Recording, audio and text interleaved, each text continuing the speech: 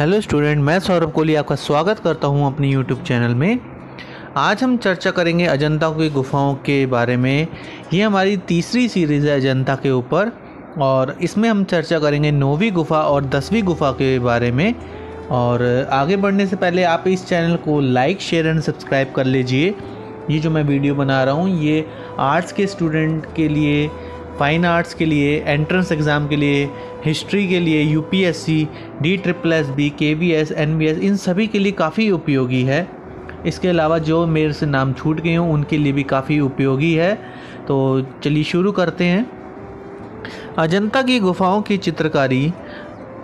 अजंता की गुफाओं में आरंभिक चित्रकारी के उदाहरण 9वीं गुफा तथा 10वीं गुफा में प्राप्त हैं। इन गुफाओं के चित्र बहुत अधिक क्षतिग्रस्त हो चुके हैं। यह चित्र सांची तथा बरहुत की प्रस्तर शिल्प शैली से विशेष समानता रखते हैं। इस कारण से इन चित्रों के समय का अनुमान सरलता से लगाया जा सकता है। पर्सी ब्राउन महोदय ने 9वीं तथा 10वीं गुफा के चित्रों को 100 ईसा पूर्व का माना है और इन गुफाओं के स्तंभों पर बने चित्रों को 350 ईस्वी का माना है। 10वीं गुफा में एक ब्रह्मा लिपि का लेख है जिसके अनुसार विंसेंट स्मिथ ने 9वीं तथा 10वीं गुफा के चित्रों को 2री शताब्दी ईसा पूर्व से 150 ईसा तक का माना है। इन दोनों गुफाओं के चित्रों की शैलियों में बहुत साम्य है। इस कारण से इन दोनों के चित्रों को समकालीन माना गया है।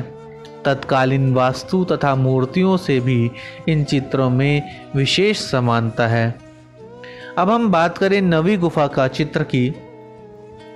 इस गुफा में ग्रिफिथ्स महोदय ने एक दीवार से पलस्तर का एक बड़ा खंड यानी कि पपड़ा उखाड़कर उसके नीचे का एक चित्र खोजा जो चट्टान पर पोर्सिलिन के समान चमकदार प्लस्तर चढ़ाकर उसके ऊपर से बनाया गया था।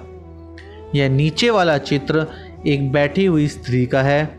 इस गुफा का यह प्राचीन चित्र है क्योंकि बाद में कई पुराने चित्रों को पतले प्लस्तर की तह से ढककर ऊपर से चित्रकारी की गई है।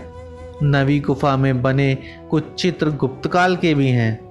इस गुफा में चित्रित स्तूप की ओर जाते पुजारियों के दल में तत्कालीन वास्तु तथा मूर्ति कला से बहुत समानता है।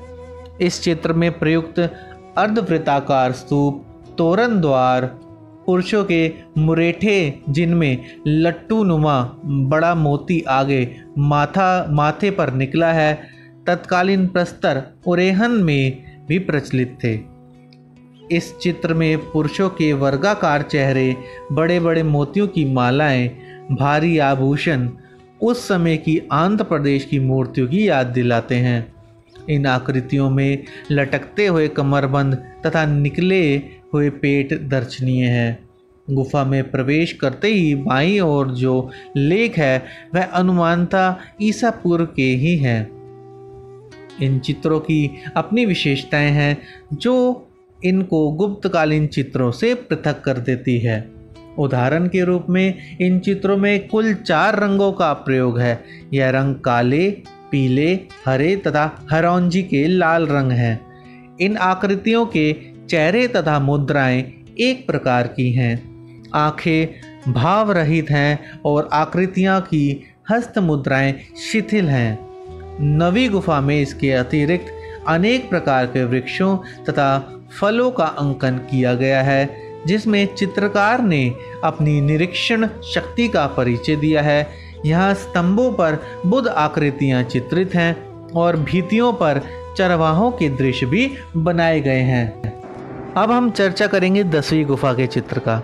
इस गुफा की दाहिने भित्ति पर आज से लगभग 80 वर्ष पूर्व तक अधिक चित्र थे। यह चित्र आरंभिक शैली के थे। इनमें विशेष रूप से शक्तिशाली स्वतंत्र रेखाओं से हाथियों का अंकन किया गया था। इस चित्रावली में 6 दंत जातक की कथा चित्रित है जिसमें चित्रकार ने घने जंगल का अंकन सुंदरता से किया है और नाना प्रकार के वृक्ष जैसे बरगद, गूलर तथा आम के वृक्ष चित्रित किए गए हैं। इस जंगल के दृश्य में हाथियों को जल क्रीड़ा में मग्न चित्रित किया गया है। इसमें 6 दंत हाथी अपनी हथनियों को सूंड में कमल पुष्प देते हैं। कहीं पर अपने लिए अजगर से बचाते चित्रित किया गया है। दूसरी ओर जंगल में व्याघ्र प्रवेश करते हैं। व्याघ्र यानी कि शेर टाइप के ही होते हैं, वो करते हैं और 6 दंत हाथी रूपी बोधिसत्व स्वयं उनके आगे संपन्न कर देते हैं। अंतिम दृश्य में व्याघ्र काशीराज के अंतपुर में पहुंचते हैं। काशीराज की रानी सुभद्रा पूर्व जन्म में 6 दंतगज की हथनी थी, अतः ढावश वह 6 दंतगज राज के दांतों को काटकर लाने की आज्ञा देती है और कटे दांतों के कहारों के कंगों पर महंगियों पर लदा देखकर मूर्छित हो जाती है। राजा सहारा देते हैं। 4 दासियां जो पीछे खड़ी हैं। बाईं भित्ति पर एक जुलूस के दृश्य का चित्रण है। इसमें आगे पैदल सशस्त्र घुड़सवार और पीछे स्त्रियों के दलों को तीव्र गति से आगे बढ़ते हुए अंकित किया गया है। इस चित्र में राजा को 8 स्त्रियों के बीच में चित्रित किया गया है। इस चित्र की योजना बहुत सुसंगठित है और कुछ आकृतियों को संतोषजनक परिप्रेक्ष्य में प्रस्तुत किया गया है। इस चित्र में हस्त मुद्राओं और भुजाओं का चित्रण स्वाभाविक तथा गोलाई युक्त है। इस गुफा में ही श्याम जातक का चित्र है। श्याम जातक 3री शताब्दी में चित्रित किया गया है। इस चित्र में अंधे माता पिता की सेवा करने वाले एक काले वर्ण के युवक श्याम को काशीराज के द्वारा तीर से मार देने की कथा आती है। कंघे पर घड़ा लिए श्याम की आकृति सुंदर है और माता पिता की आकृति में वेदना है। भागते हुए हिरणों का अंकन भी मार्मिक है।